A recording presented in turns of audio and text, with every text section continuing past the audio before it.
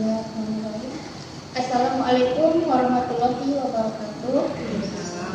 Selamat pagi dan salam sejahtera bagi kita semua. Semoga yang ikut menyaksikan acara live Universitas Hadis Sumatera Utara ini, baik dia di Instagram maupun Facebooknya Unhad, dalam keadaan sehat walafiat.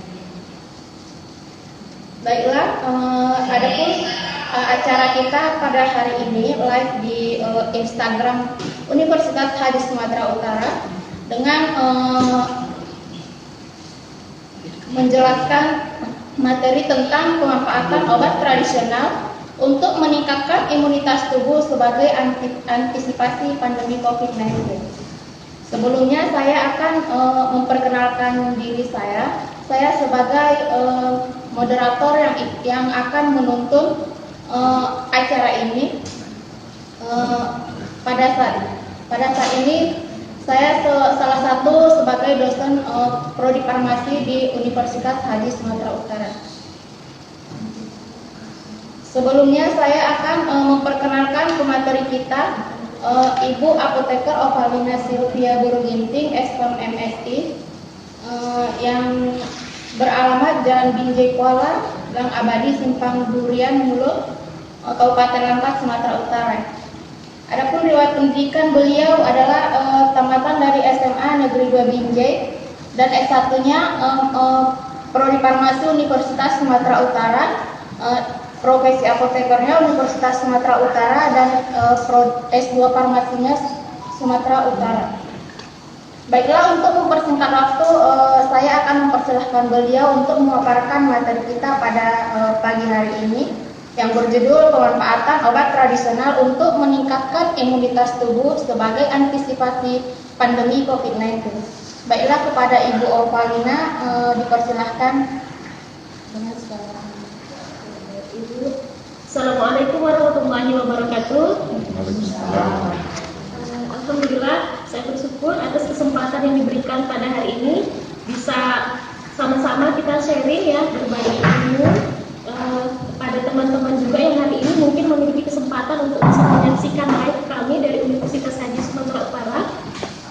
Dan pada kesempatan kali ini kami akan mengangkat tema tentang bagaimana sih peranan dari obat-obatan bahan alam ataupun obat-obatan tradisional untuk bisa membantu meningkatkan daya tahan tubuh kita, terutama untuk mengantisipasi pandemi dari COVID-19 yang sekarang ini sedang merebak. Nah, sebelumnya mungkin kalau dikatakan obat tradisional ataupun obat bahan alam, semuanya sudah tidak asing, ya, semuanya sudah tidak asing dengan obat-obatan tradisional. Nah, obat-obatan tradisional itu sendiri adalah obat-obatan yang digunakan sehari-hari oleh kita, tidak asing lagi, digunakan berdasarkan pengalaman, ya, dan kemudian diwariskan turun-temurun dari nenek moyang keluarga kita. Nah, sehingga sudah pasti obat-obatan tradisional ini adalah obat-obatan yang tidak asing. Nah, apa sih yang termasuk obat-obatan tradisional? Nah, obat-obatan tradisional itu secara umum dibagi menjadi 3, yaitu jamu, obat herbal terstandat atau OHT, kemudian fitofarmaka. Nah, untuk jenis jamu-jamuan, ya, jamu-jamuan adalah obat tradisional yang paling pertama sekali dikenal di masyarakat, dan mungkin hampir seluruh masyarakat, hampir seluruh dari kita pernah minum jamu. Mulai dari anak-anak, orang dewasa, orang tua pernah mengkonsumsi jamu apapun itu jenisnya, ya. Mungkin salah satu yang paling familiar jamu temulawak atau jamu beras kencur, ya, atau mungkin jamu jahe dan sebagainya yang pun kita produksi atau kita buat sendiri di rumah.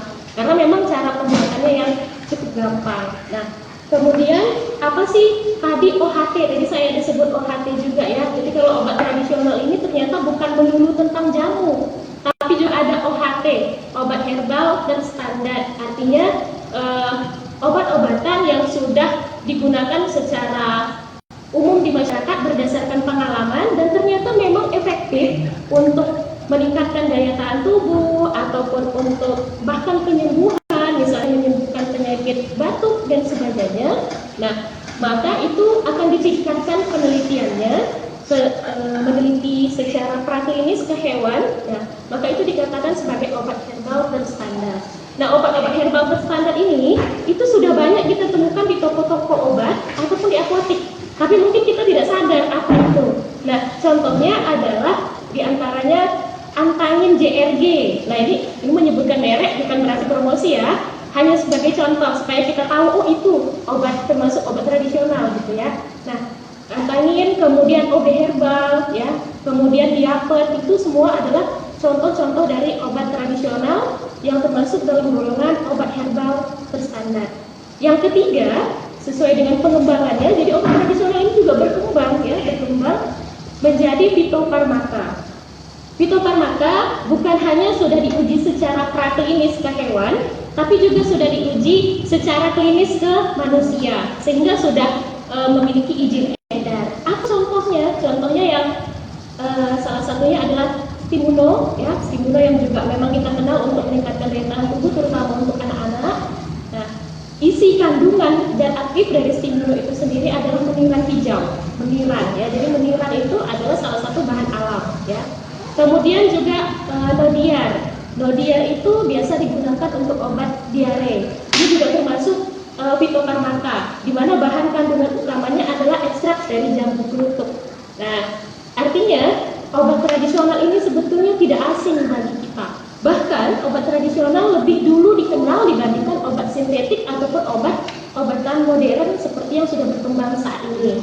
Nah, dan obat-obatan tradisional juga sangat mudah untuk pembuatannya.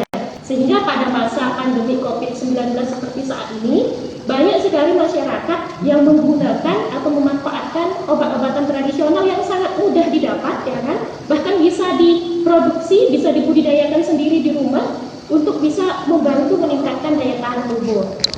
Nah, salah satu contohnya tadi adalah bahan alam yang mengandung kurkumin dan eugenol. Nah, kurkumin dan eugenol itu banyak terdapat di dalam tumbuhan bahan alam yang mengandung rizom. Contohnya kalau kurkumin itu pada kunyit, kemudian pada jahe, kemudian juga ada pada temulawak, yaitu yang paling banyak kandungan kurkuminnya. Dan kurkumin ini kenapa sih bisa meningkatkan daya tahan tubuh, gitu kan? Penasaran nih, terutama bagi sang yang menyaksikan hari ini dan berkeinginan untuk masuk ke pendidikan kesehatan, pasti penasaran kok bisa ya kurkumin meningkatkan daya tahan tubuh, ya. Kurkumin, ya, merupakan salah satu dari polietanol, ya, dan dia itu berfungsi untuk bisa menghambat pertumbuhan mikroba, menghambat pertumbuhan bakteri, bahkan juga beberapa jenis virus.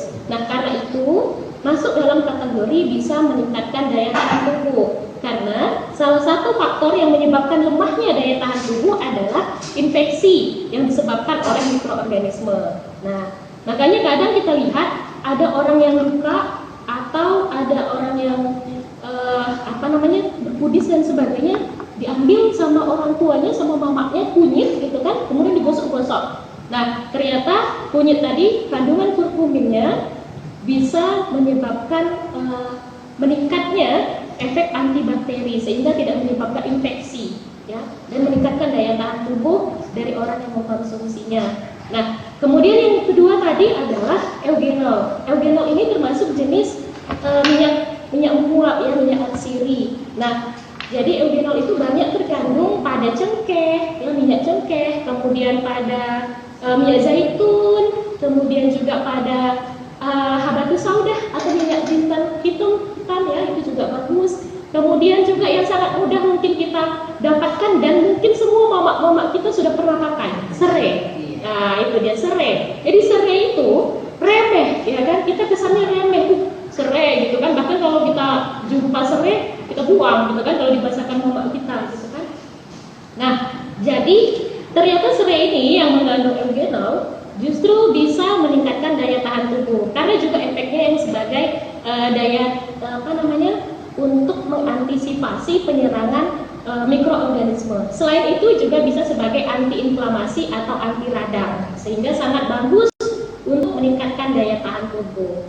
Nah, kemudian apalagi selain itu? Nah, pada masa pandemi COVID-19 seperti ini, meningkatkan daya tahan tubuh tubuh adalah solusi yang terbaik untuk tetap bertahan. Apalagi sekarang sudah ada dicetuskan untuk new normal, ya kan? Artinya semuanya sudah mulai beraktivitas seperti biasa, sudah mulai berinteraksi seperti biasa, maka kita yang harus menjaga daya tahan tubuh kita sendiri, ya kan? Nah, bagaimana cara kita untuk meningkatkannya? Di samping yang tadi menggunakan obat-obatan tradisional yang sangat mudah untuk kita dapatkan dan kita buat sendiri, juga kita tetap harus menjaga pola hidup sehat, yaitu dengan mengkonsumsi buah-buahan, kemudian juga sayur-sayuran. Terutama buah-buahan yang mengandung vitamin C dan juga vitamin E, ya, yang fungsinya itu sebagai antioksidan, ya, fungsinya untuk menangkal radikal bebas ataupun zat-zat berbahaya lainnya dari tubuh. Nah, kemudian untuk obat-obatan tradisional tadi, ya, untuk obat-obatan tradisional ini dalam pengolahannya sangat gampang. Kalau kita sehari-hari, mungkin kalau untuk membuat wedang jahe atau membuat jamu temulawak itu kita langsung kita parut atau kita geprek, ya kan, kemudian kita rebus langsung dikonsumsi. Nah, sebagian dari kita mungkin malas kalau harus membuatnya itu setiap hari, gitu kan? Nah, atau mungkin agak terburu-buru sehingga nggak bisa setiap hari mengkonsumsinya. Gimana solusinya? Nah, untuk bisa terus memanfaatkan obat-obatan tradisional tadi atau bahan alam tradisional untuk meningkatkan daya tahan tubuh, kita bisa membuatnya dalam bentuk-bentuk yang lain yang lebih tahan untuk disimpan. Nah, yang pertama mungkin bisa dalam bentuk simplisia. Simplisia artinya kalau simplisia itu adalah bahan alam yang dikeringkan, ya, bahan alam yang dikeringkan.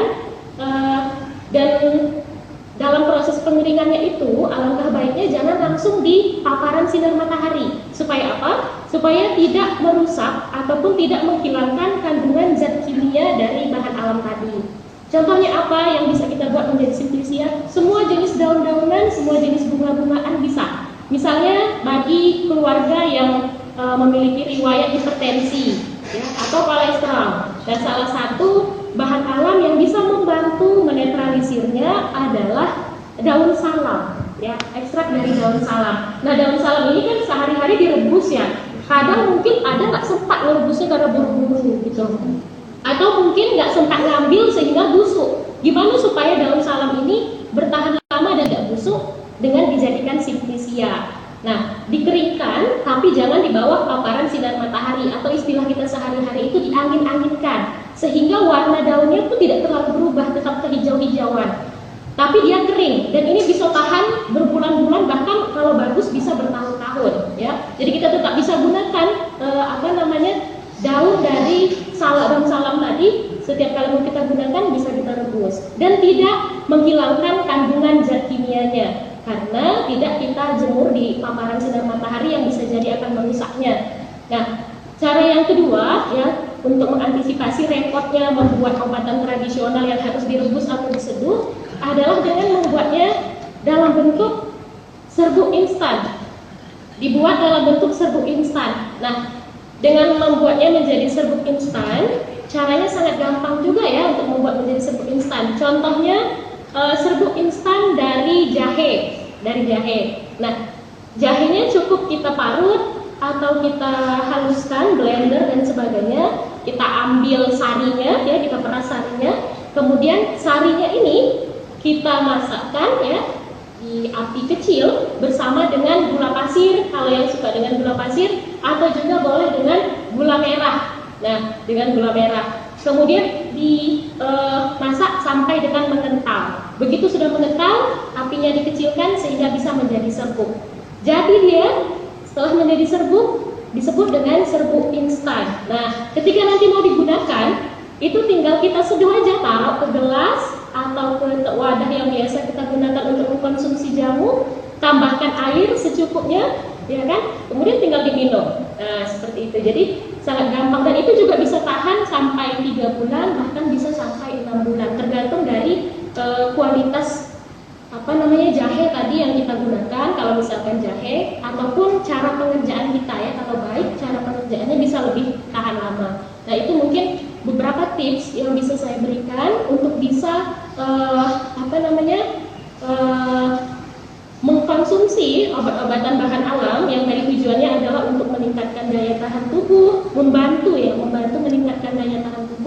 dan kemudian tetap menjaga konsistensi kandungannya supaya tidak rusak tadi ya, sehingga tetap bisa berefek maksimum. Itu dia. Kemudian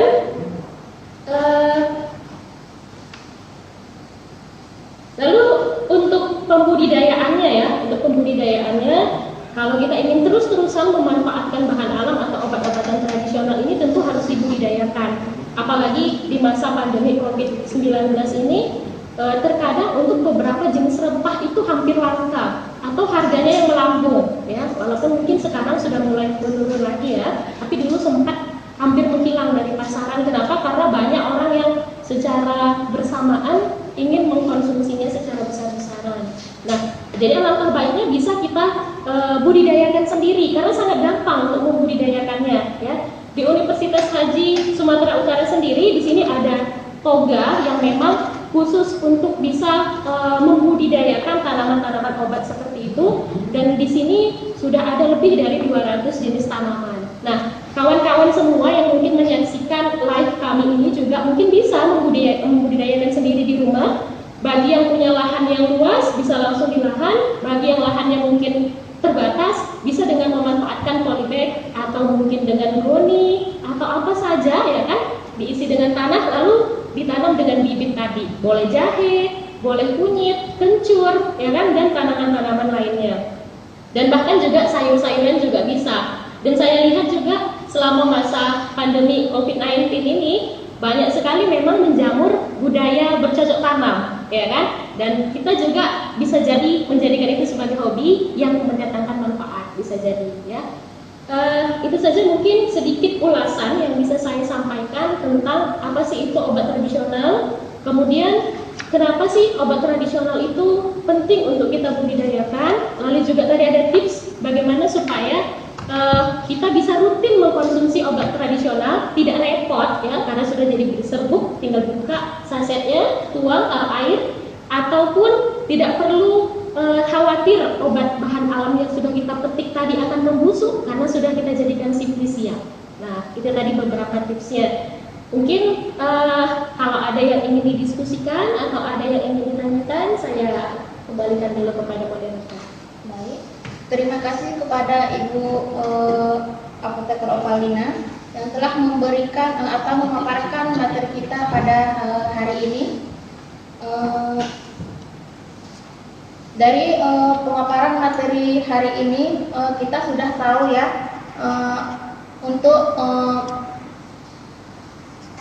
meningkatkan imunitas tubuh kita dalam masa pandemi COVID-19 ini.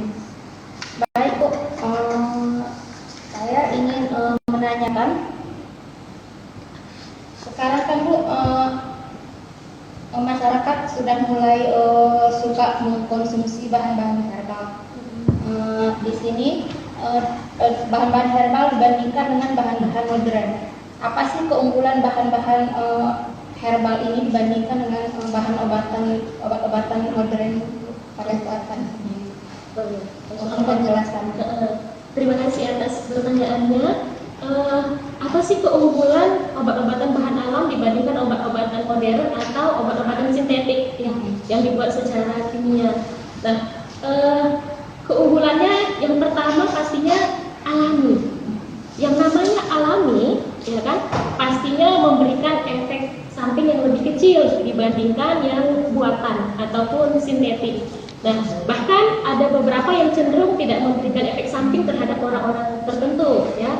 Nah, kemudian yang kedua adalah sangat mudah untuk didapat. Bahkan bisa kita buat sendiri. Kalau kita mau buat paracetamol untuk obat demam, ya kan, kita harus beli di apotek, ya. Para farmasis nih, kayak Bu Citra, ya kan, kita beberapa mungkin yang pemirsa yang menonton ya, yang jurusan farmasi harus buat dulu di industri, ya kan, kalau mau buat paracetamol atau Antalgin peredar rasa sakit dan sebagainya. Nah, tapi kalau kita mau konsumsi misalnya daun sirih, ya, atau jahe, tinggal petik bisa, ya. Artinya untuk penyediaannya lebih gampang dibandingkan obat sintetik yang harus diproduksi di industri, ya. Kalau bahan alam ini bisa kita buat dalam skala rumahan, bahkan bisa kita siapkan sendiri, ya. Kemudian yang ketiga bahwa kalau bahan alam ini juga efeknya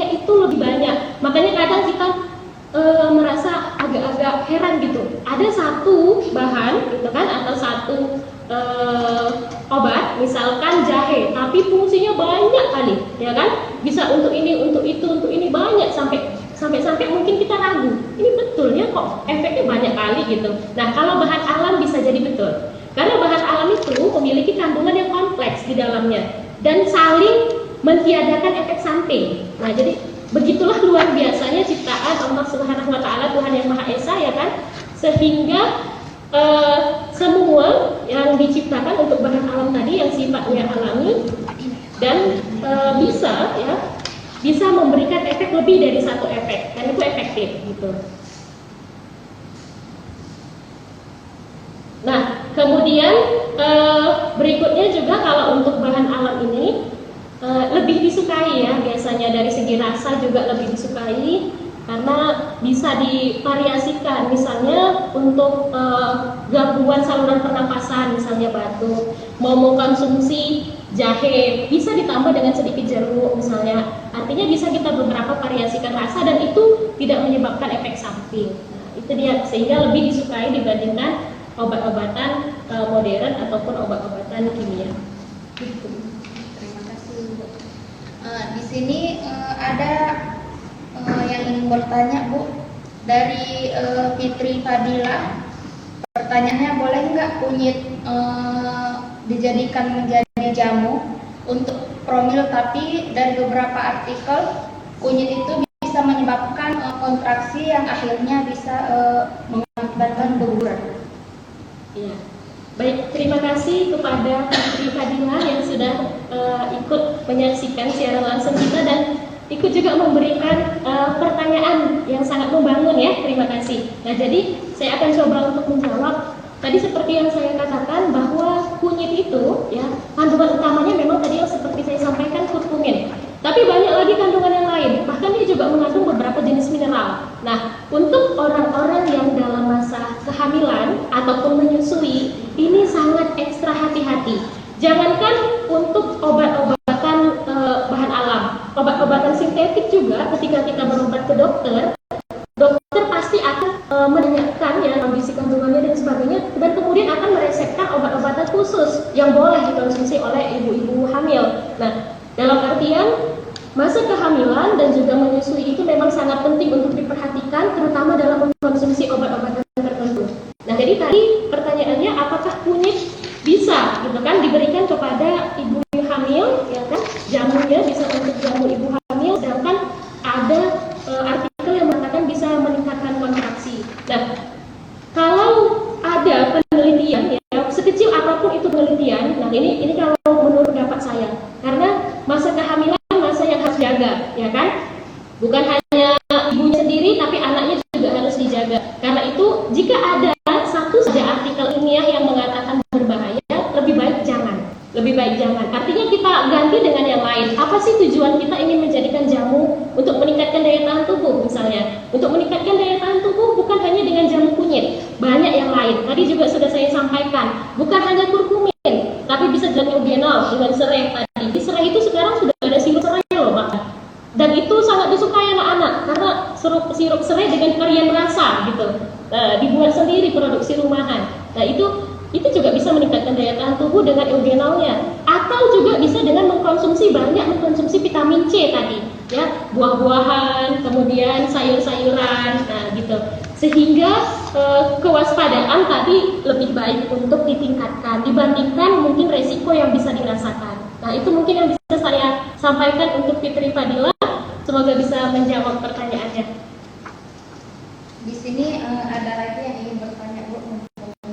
Waktu kita masih panjang ya, Bu ya. Silakan. Di sini yang ingin bertanya Sartika, pertanyaannya apa saja yang bisa dicampurkan untuk pengolahan kunyit menjadi obat dan apa manfaatnya?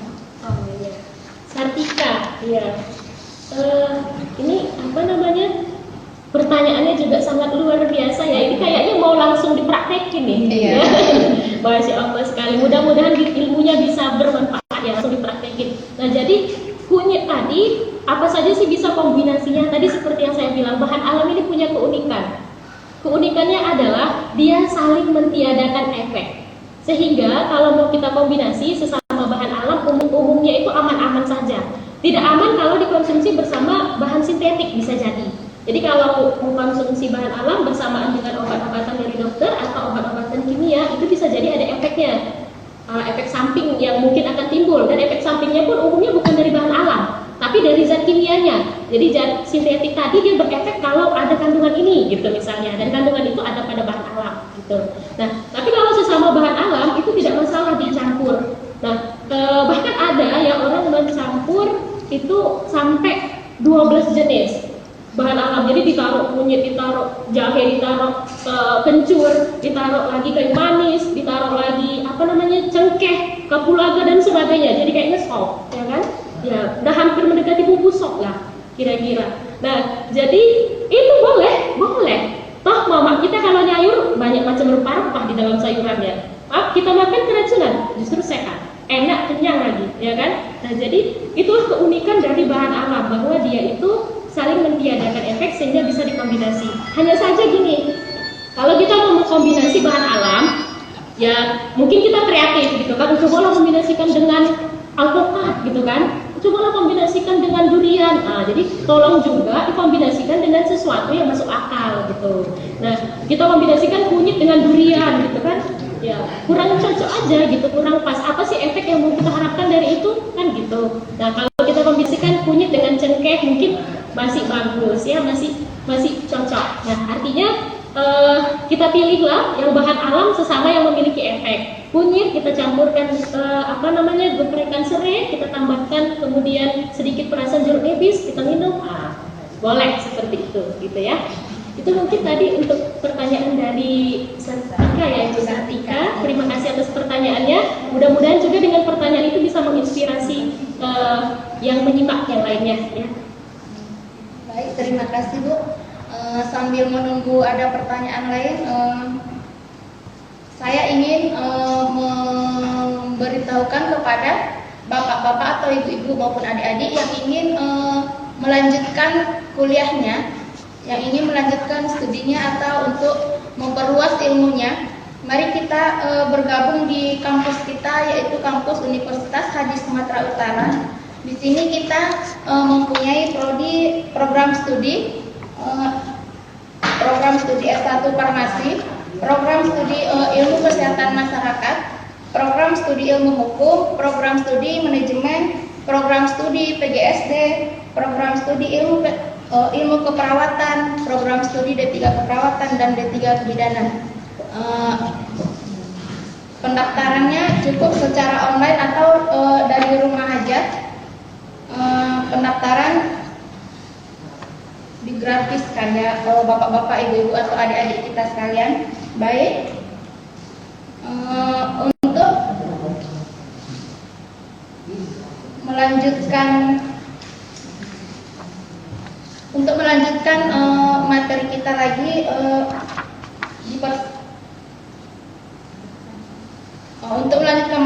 lagi, di sini ada yang ingin bertanya lagi dari Alisa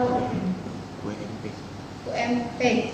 Di sini pertanyaannya, bagaimana Bu pengaplikasian obat tradisional untuk anak dan balita? Mohon penjelasannya lagi. Terima kasih kepada ini kayaknya bapak-bapak nih ya, Pak Ali, karena perempuan ya. Maaf, ini terima kasih lah atas pertanyaannya.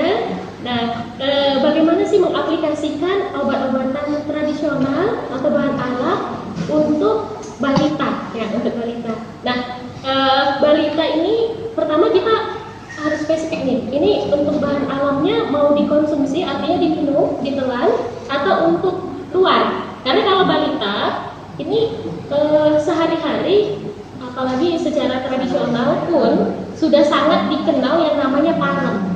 Ya, parem untuk bayi. Jadi begitu baru lahir, terutama kalau di pedesaan itu mereka langsung pakai parem gitu kan, langsung pakai parem, bayinya diparemin. Nah, dan itu adalah bahan alam. Tapi itu penggunaannya untuk obat luar tadi ya Bu. Nah, jadi sekarang ini yang dimaksudkan untuk obat luar atau obat dalam. Nah, kalau untuk obat luar boleh-boleh saja, bahkan baru lahir pun bayinya boleh digunakan, asalkan bahan alam yang digunakan tadi tidak terlalu merangsang kulitnya, tidak menyebabkan iritasi. Misalnya janganlah pakai cabai gitu kan, itu kan bisa menyebabkan iritasi. Atau pakai jahe jumlahnya banyak banget, atau pakai lada, ya kan, merica, itu kan bisa menyebabkan iritasi pada kulit bayi. Artinya pakailah bahan-bahan yang dia itu lebih sejuk. Contohnya kunyit, ya, kencur dengan beras misalnya, ya, yang dia itu lebih sejuk dan fungsinya juga bisa membuat kulit bayi ini lebih rileks, gitu. Jangan mengiritasi, karena kulit bayi sangat sensitif dan sangat mudah teriritasi. Ya. Itu dia kalau untuk obat luar, ya, yang digunakan di luar. Kalau untuk yang digunakan di dalam, ya, di dalam atau dikonsumsi oleh bayinya, kalau untuk bayi tidak dianjurkan dulu untuk diberikan. Karena jangankan mengkonsumsi jamu-jamuan, mengkonsumsi ASI ibunya aja kadang bayi tersedak, kan? Dan itu bahaya untuk bayi, bisa menyebabkan sesuatu yang kritis kalau untuk bayi, ya kan? Nah, itu untuk dikonsumsi atau minum. Kalau untuk jenis jamu-jamuan masih belum dianjurkan. Nanti kalau sudah lebih dalam tingkatan yang lebih dewasa, sudah bisa makan nasi dan sebagainya, mungkin bisa ditambahkan jamu-jamuan jenis kurkumin, ya, yang mengandung kurkumin. Boleh kunyit, boleh jahe, boleh temulawak, ya, dan mungkin bisa ditambahkan varian rasa, jeruk atau yang lainnya, stroberi, supaya dia lebih suka, ya. Dan itu fungsinya untuk meningkatkan nafsu makan. Jadi kurkumin tadi bukan cuma meningkatkan daya tahan tubuh, tapi juga bisa meningkatkan nafsu makan, terutama bagi anak-anak. Tapi kalau masih bayi, tadi seperti yang saya sampaikan, lebih bagus bahan alamnya adalah yang alami untuk luar tubuh saja. Jangan yang untuk dikonsumsi dulu, karena kita khawatir belum baik dalam proses pencernaannya dan sebagainya. Nah, itu mungkin yang bisa saya sampaikan. Dan pun saya ingin sedikit menyampaikan tadi saya belum mengambil, ya, contohnya. Saya ingin tunjukkan kepada teman-teman semuanya yang menyaksikan live kami hari ini.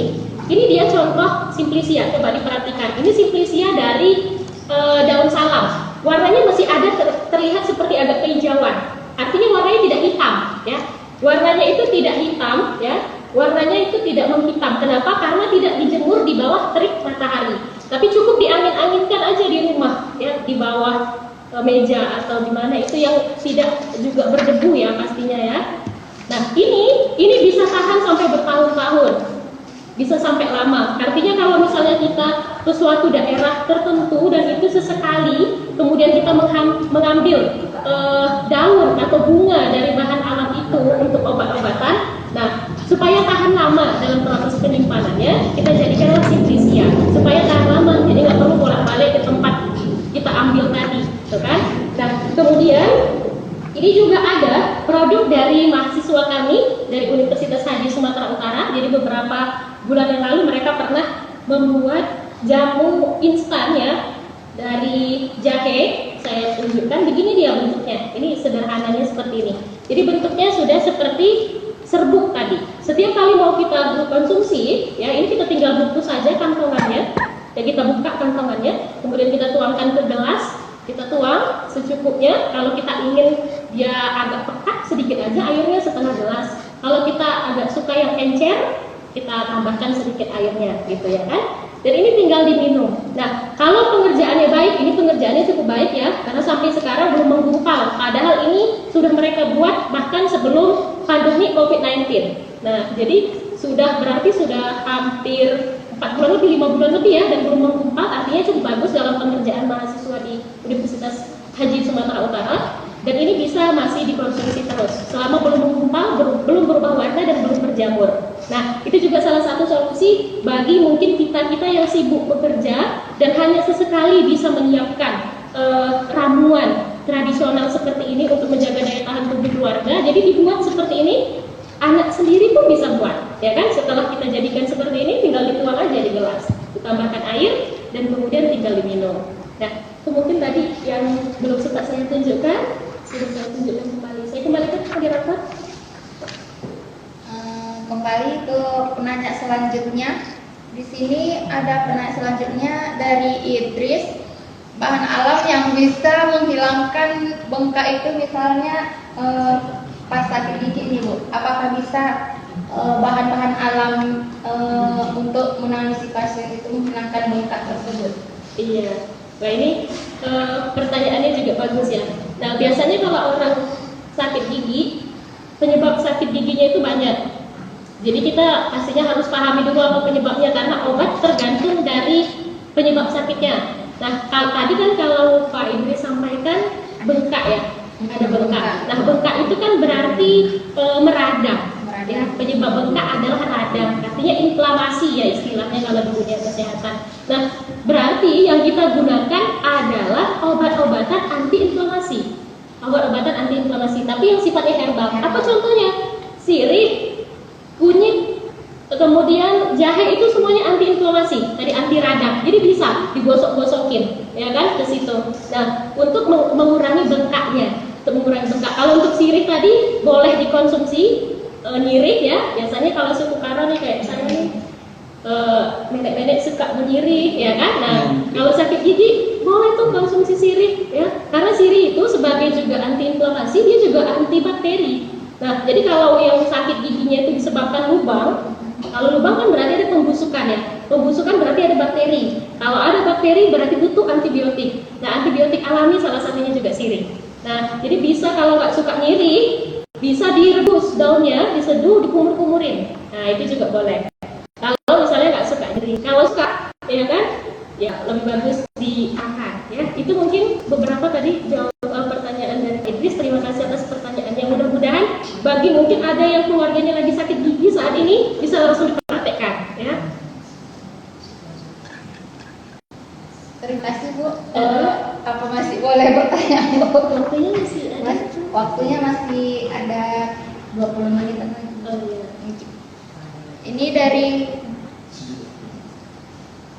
Ini pertanyaan dari Marina Barus.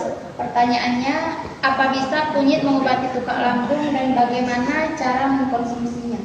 Oh iya. Nah, terima kasih atas pertanyaannya dari Ibu Marina Barus ya.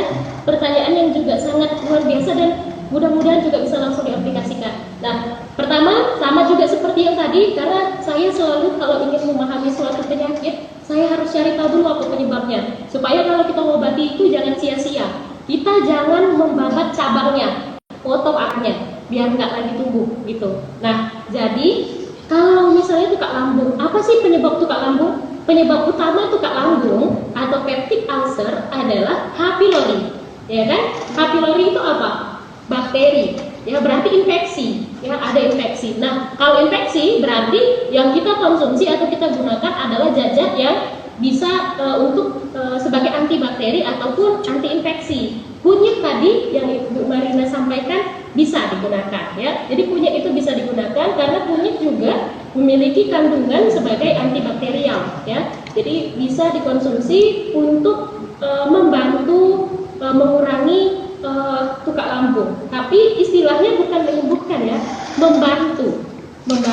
Kenapa? Karena dalam dunia obat-obatan herbal ya, kita belum berani mengatakan menyembuhkan atau mengklaim menyembuhkan sebelum ada uji secara klinis. Nah, uji secara klinis itu hanya dilakukan terhadap obat-obatan fitofarmaka tadi. Tadi contohnya sudah saya sampaikan ya, imunodia dan sebagainya, eksgra dan sebagainya. Nah, itu yang baru berefek sebagai obat, sudah diuji klinis ke manusia. Nah, kalau yang baru berdasarkan empiris atau pengalaman, kita belum berani mengklaimnya bisa menyembuhkan karena belum pernah dicoba ke manusia. Maka klaim kita adalah membantu meringankan. Nah, jadi kalau tadi ada yang sakit tukak lambung atau peptic ulcer, membantu supaya jangan semakin parah, atau bisa juga untuk membantu pemulihannya, bisa mengkonsumsi jamu dari kunyit ataupun jahe yang dia mengandung zat antibakterial plus juga sebagai antiinflamasi. Karena pastinya kalau sudah tukak, sudah peptic ulcer, sudah apalagi sampai sudah bleeding, sudah pendarahan, pastinya sudah ada radang dan sudah infeksi, ya kan? Itu mungkin yang bisa saya sampaikan. Baik Bu, terima kasih. Pertanyaan terakhir dari saya sendiri ya Bu ya. Pertanyaan terakhir dari saya sendiri. Pada masa pandemi ini kemarin sempat dengar ada isu bahwa temulawak dan kunyit itu dapat meningkatkan risiko infeksi COVID-19 itu. Apa itu benar ya Bu ya? penjelasannya. Iya. Nah, ini pertanyaannya luar biasa sekali nih Bu Citra. Jadi dan memang jadi isu ya. Jadi sebelumnya kan kunyit, temulawak, jahe itu kan banyak yang diborong oleh masyarakat kita ya untuk bisa mengantisipasi COVID-19. Tapi sekitar bulan Maret ya 2020 itu ada beberapa peneliti kita, pakar ahli kita dari biomolekular yang kemudian meneliti ya, dan ternyata ada dari kandungan kurkumin pada jahe, kunyit dan temulawak tadi bisa meningkatkan ekspresi dari enzim AC2 ya, angiotensin ya, di mana enzim itu adalah salah satu bentuk reseptor yang memicu pada COVID-19. Nah, catatannya adalah ini terkhusus untuk COVID-19 ya. Artinya secara umum kandungan jahe, kunyit, temulawak itu bisa meningkatkan daya tahan tubuh dari segi tadi antibakterial, anti-inflamasi, ya kan, bisa menjaga daya tahan tubuh. Tapi untuk beberapa jenis virus tertentu dan tadi dicobakan terhadap virus SARS ya, virus COVID-19, ternyata memberikan efek meningkatkan ekspresi enzimnya justru, sehingga virus tadi lebih mudah, lebih suka untuk melekat pada orang-orang yang mengkonsumsi jamu, temulawak, kunyit ataupun jahe tadi. Tapi ingat ya, dalam jumlah berlebih. Nah, waktu di bulan Februari ketika pandemi COVID-19 ini belum sampai ke Indonesia, baru mendengar kabar kalau di Eropa, kemudian beberapa negara tetangga Malaysia dan Singapura itu ada yang positif. Orang Indonesia itu masyarakat sudah mulai panik untuk belanja, ya kan? Dan salah satu yang dibelanjain adalah rempah-rempah, ya kan? Rempah-rempah diborong, rempah-rempah sehingga bisa harganya juga sampai melambung. Nah, kemudian di bulan Maret karena para ahli ini memastikan nih kalau rempah-rempah ini memang bisa untuk menjaga daya tahan tubuh, kemudian tadi diteliti terhadap virus SARS itu sendiri, ternyata ada beberapa hasil dari penelitian tadi yang mengatakan bahwa justru bisa meningkatkan resiko. Nah, gitu. Jadi, tapi walaupun seperti itu, jangan kemudian kita yang menyaksikan hari ini menjadi khawatir ya kan, menjadi takut dan kemudian langsung tidak mau lagi mengkonsumsi jamu, gitu kan? Jangan seperti itu. Nah, yang tidak baik adalah yang berlebih. Kalau sesuai dengan takarannya, semuanya baik. Bahkan obat pun kalau berlebih adalah racun. Nah, dia jadi obat pada takaran dosis yang sesuai. Nah, itu mungkin yang bisa saya sampaikan. Terima kasih Bu jawaban atau pemaparannya. Di sini masih banyak yang mengajukan pertanyaannya, berhubung masih ada closing statementnya. Nanti bagi yang belum dijawab pertanyaannya, nanti kita jawab di di FB Universitas Haji Sumatera Utara maupun di IG Universitas Haji Sumatera Utara. Baik, saya kembalikan kepada Ibu pemateri kita menyampaikan closing statement pada hari ini. Ya, baik. Terima kasih Bu Citra. Nah, kita sudah sampai di ujung acara ya, sudah closing statement. Nah, beberapa yang mungkin ingin saya tekankan di sini bahwa obat-obatan bahan alam itu sudah digunakan secara empiris.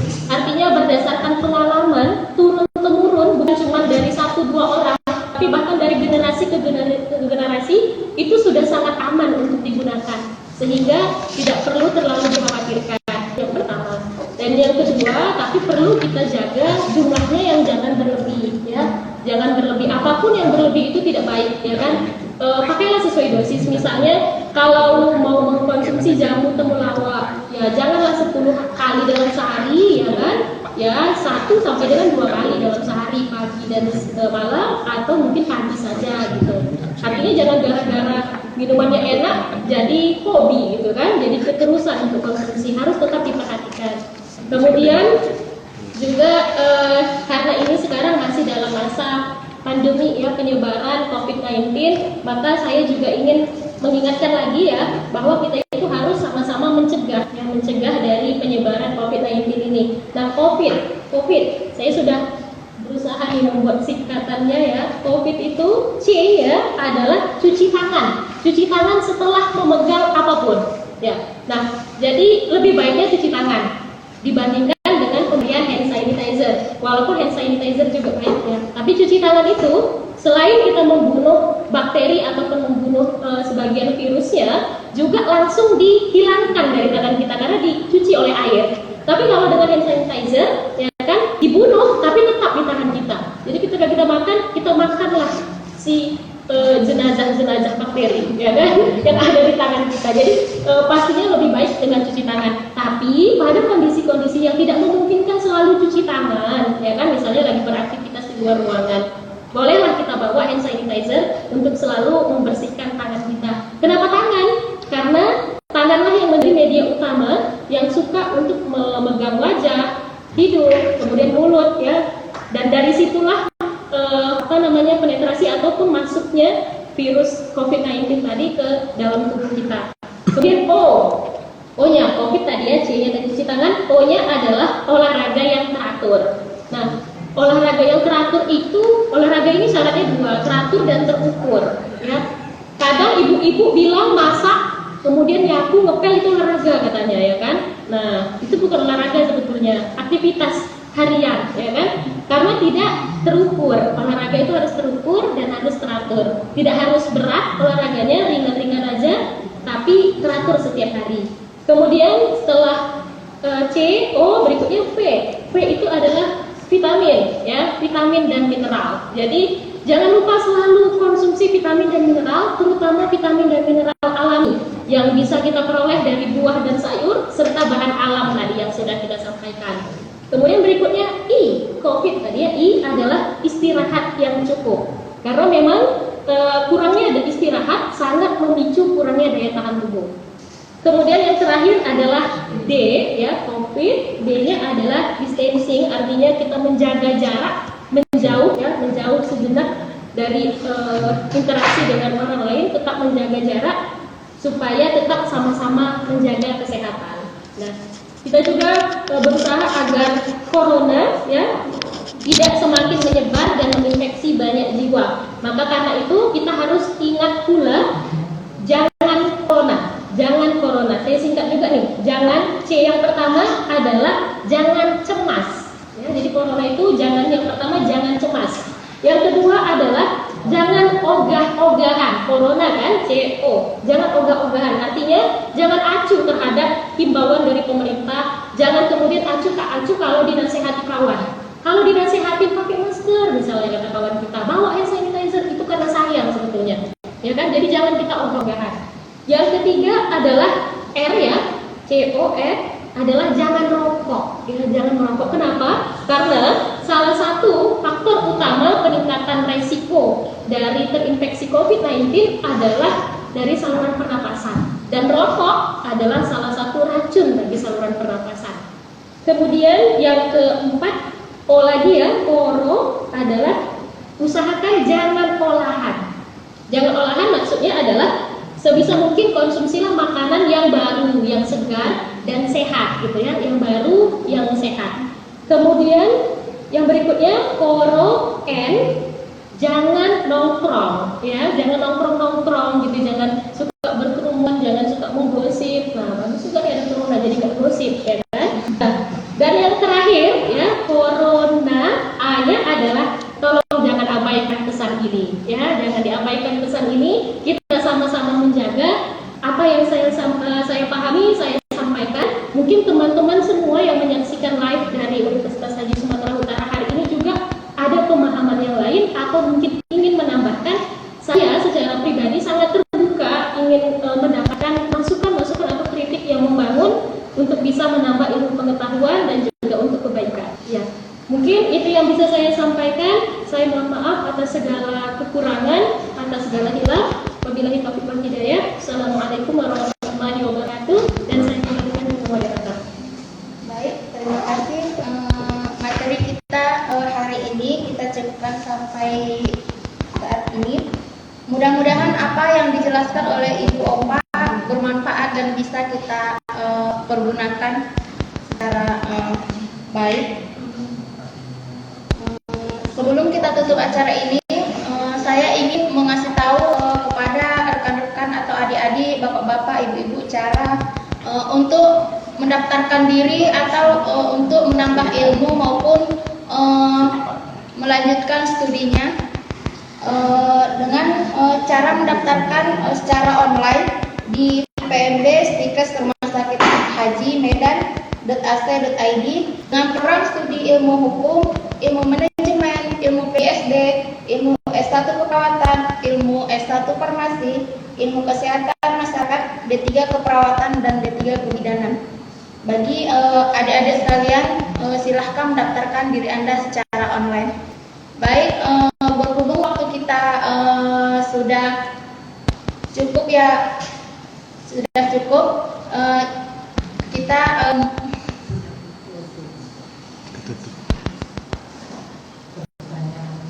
pertanyaan yang belum sempat dijawab nanti kita jawab di IG Universitas Haji Sumatera Utara maupun di Facebooknya Universitas Haji Sumatera Utara. Sekian dan terima kasih. Wassalamualaikum warahmatullahi wabarakatuh.